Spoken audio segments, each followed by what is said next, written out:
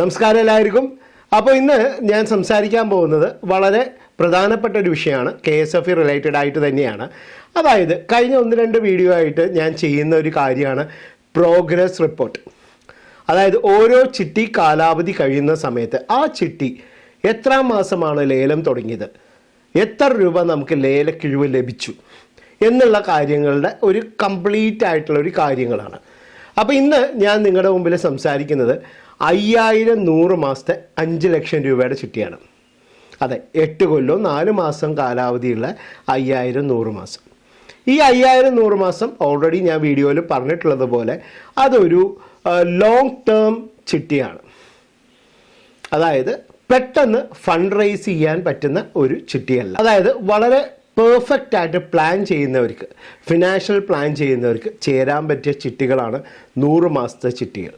അപ്പോൾ ഈ ഒരു 5 ലക്ഷം രൂപയുടെ ചിട്ടി കാലാവധി അവസാനിച്ചപ്പോൾ 76,679 രൂപയാണ് ടോട്ടൽ ചിട്ടി ലേലക്കിഴിവ് ലഭിച്ചത്. അതായത് ഉദ്ദേശം 4,23,000 രൂപയോളമാണ് ഇവർക്ക് അടയ്ക്കേണ്ടി വന്നിട്ടുണ്ടായിരുന്നത്. അപ്പോൾ ഈ ചിട്ടിയുടെ ഏറ്റവും പ്രധാനപ്പെട്ട ഒരു ഗുണം എന്താണെന്ന് വെച്ചിട്ടുണ്ടെങ്കിൽ 52 മാസം 30% താഴ്ന്നാണ് പോയത്. അതായത് 50% മേലെയുള്ള മാസങ്ങളിലേക്ക് 30% അടച്ചാൽ മതി എന്നുള്ളതാണ് ഏറ്റവും പ്രധാനപ്പെട്ട ഒരു അട്രാക്ഷൻ. അപ്പോൾ ഈ ഒരു ചിട്ടി ആദ്യത്തെ മാസം വിളിച്ചൊരു വ്യക്തിയാണെങ്കിൽ, അതായത് 3.5 ലക്ഷം രൂപയ്ക്ക് ചിട്ടി വിളിച്ചവരാണെങ്കിൽ പോലും ഒരിക്കലും നഷ്ടം സംഭവിച്ചിട്ടില്ല. കാരണം 100 മാസം കൊണ്ട് അവരടച്ചിട്ടുള്ളത് 4,23,000 രൂപയാണ്. നമ്മുടെ മണി ഇൻഫ്ലേഷനും എല്ലാം വെച്ച് കാൽക്കുലേറ്റ് ചെയ്ത് നോക്കിക്കോളൂ, ഒരിക്കലും നമ്മുടെ കൈ പൊള്ളില്ല 100 മാസത്തെ ചിട്ടി.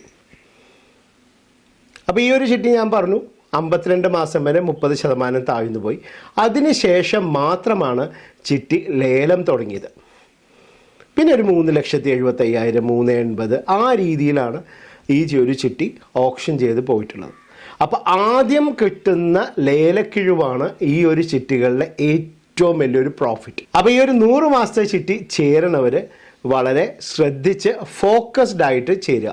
കാരണം ഈ ഒരു വീഡിയോൻ്റെ ഒരു ഉദ്ദേശവും അത് തന്നെയാണ്. നിങ്ങൾ ഓരോ ചിട്ടിയും മനസ്സിലാക്കി പെർഫെക്റ്റ് ആയിട്ട് പ്ലാൻ ചെയ്ത് നിങ്ങൾ ജോയിൻ ചെയ്യുക. കൂടാതെ വേറൊരു കാര്യം കൂടെ പറഞ്ഞിട്ട്, അതൊരു ഇമ്പോർട്ടൻ്റ് ആയിട്ടുള്ള കാര്യം കേട്ടോ. നമ്മൾ KSFEയെ കുറിച്ചിട്ട് പല നെഗറ്റീവ്സും പലരും പറയുന്നുണ്ട് അല്ലേ. ഈ പറയുന്ന ആൾക്കാർക്ക് ഭൂരിഭാഗം വരണ ഒരു മിസ്റ്റേക്ക് എന്താണെന്നറിയാമോ? അതായത് അവർ വ്യക്തമായിട്ട് മനസ്സിലാക്കിയിട്ടല്ല ആ ചിട്ടി സെലക്ട് ചെയ്ത് ജോയിൻ ചെയ്തത്. ജാമ്യ വ്യവസ്ഥകളെ കുറിച്ചിട്ട് മനസ്സിലാക്കിയിട്ടല്ല ചെയ്തിട്ടുള്ളത്. KSFE ചിട്ടികൾ ജോയിൻ ചെയ്യുന്നതിന് മുന്നേ 2 പ്രധാനപ്പെട്ട ഒരു പോയിൻ്റ് ഉണ്ട്. എന്താണെന്നറിയോ? നമ്മൾ ഏത് രീതിയിലുള്ള ചിട്ടികളാണ് സെലക്ട് ചെയ്യുന്നത്. അതായത് നിങ്ങളുടെ ആവശ്യം മനസ്സിലാക്കിയിട്ട് മാത്രമേ ചിട്ടി സെലക്ട് ചെയ്യാൻ പാടുള്ളൂ. അല്ലാതെ ഒരു ബ്രാഞ്ചിൽ പോയി അവിടെ തുടങ്ങുന്ന ചിട്ടി ഇതാണ് ഉടനെ പോയി ജോയിൻ ചെയ്യുകയല്ല ചെയ്യാം. നമ്മുടെ ആവശ്യം എന്താണ്? ഇമ്മീഡിയറ്റ് ഫണ്ട് റൈസിങ് ആണോ? അല്ല, ഒരു 6 മാസം മുതൽ 12 മാസം കഴിഞ്ഞിട്ടാണോ നമുക്ക് ഈ ഫണ്ട് വേണ്ടത്? അതല്ല, ഒരു ഇൻവെസ്റ്റ്മെൻറ്റ് എന്നുള്ളൊരു കോൺസെപ്റ്റ് ആണോ ഉദ്ദേശിക്കുന്നത്? ഇതെല്ലാം മനസ്സിലാക്കിയതിന് ശേഷമാണ് ചിട്ടി സെലക്ട് ചെയ്യേണ്ടത്. അടുത്തൊരു കാര്യം, ജാമ്യ വ്യവസ്ഥകൾ വളരെ ക്ലിയറായി മനസ്സിലാക്കുക. വസ്തുജാമ്യമാണ് നിങ്ങൾ ജാമ്യമായി നൽകാൻ ഉദ്ദേശിക്കുന്നതെങ്കിൽ തീർച്ചയായിട്ടും ബ്രാഞ്ച് മാനേജറെ നിങ്ങളുടെ ആധാരവും മുന്നാധാരവും കാണിച്ച് വെരിഫൈ ചെയ്തതിന് ശേഷം നിങ്ങൾ ചിട്ടി ചേരുക. ഒരു കാരണവശാലും ഒരു നെഗറ്റീവും നിങ്ങൾ ആ ചിട്ടിക്ക് ഇറക്കുന്ന തുകയ്ക്ക് നഷ്ടം വരില്ല. കാരണം എന്താ വെച്ചാൽ ഞാൻ തന്നെ ചിട്ടികൾ ചേർന്നിട്ടുള്ള ആളാണ്. എനിക്ക് ഉദ്ദേശം ഒരു 1000 ക്ലയൻസിനോട് ഞാൻ സർവീസ് കൊടുക്കുന്നതാണ്. ഇവരെല്ലാവരും സാറ്റിസ്ഫൈഡ് ആയത് എന്തുകൊണ്ടാണെന്ന് വെച്ചിട്ടുണ്ടെങ്കിൽ ആദ്യം എഡ്യൂക്കേറ്റ് ചെയ്തിട്ടാണ് ഇവർ ചിട്ടി ചേർന്നിട്ടുള്ളത്. അല്ലെങ്കിൽ ഇവർ കാര്യങ്ങൾ മനസ്സിലാക്കിയതിന് ശേഷമാണ് ചിട്ടി ചേർന്നിട്ടുള്ളത്. അതുകൊണ്ട് തന്നെ ഇവർക്കറിയാം ഏത് ചിട്ടിയാണ് ചേർന്നിട്ടുള്ളത്, എപ്പോൾ വിളിക്കണം, എന്താണ് ജാമ്യം കൊടുക്കേണ്ടത്, ഇതെല്ലാം അവർ വളരെ ക്ലിയർ ആയിട്ട് മനസ്സിലാക്കിയിട്ടാണ് ജോയിൻ ചെയ്യുന്നത്. പിന്നെ എന്താ അവർക്കൊരു പ്രോബ്ലം? അപ്പോൾ ഈ ഒരു കാര്യം നിങ്ങളത്, എൻ്റെ ഒരു ചെറിയൊരു അഡ്വൈസാണ്, അത് നിങ്ങൾ വളരെ വാല്യുബിൾ ആയിട്ട് നിങ്ങൾ എടുക്കണം കേട്ടോ. അതായത് ഇന്ന് December 31, 2023.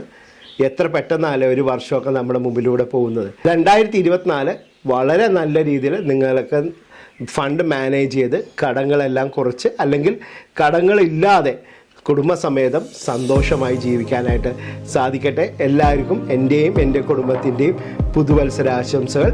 നമുക്ക് വീണ്ടും മറ്റൊരു വീഡിയോയുമായി അടുത്ത ദിവസം കാണാം. Thank you for watching Sunil's wanderlust vlogs.